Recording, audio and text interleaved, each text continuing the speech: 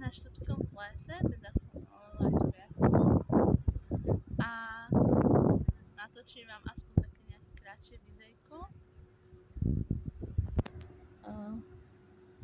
Tu sú vlaky a krásne hory.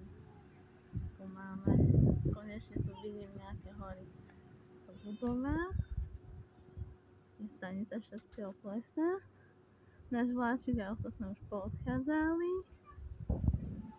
A tu si môžeme pozrieť už len tieto hory. To priblížime.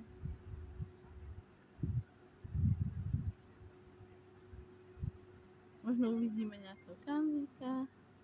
Ja som už videla srnku alebo jelenčík, neviem čo to bolo.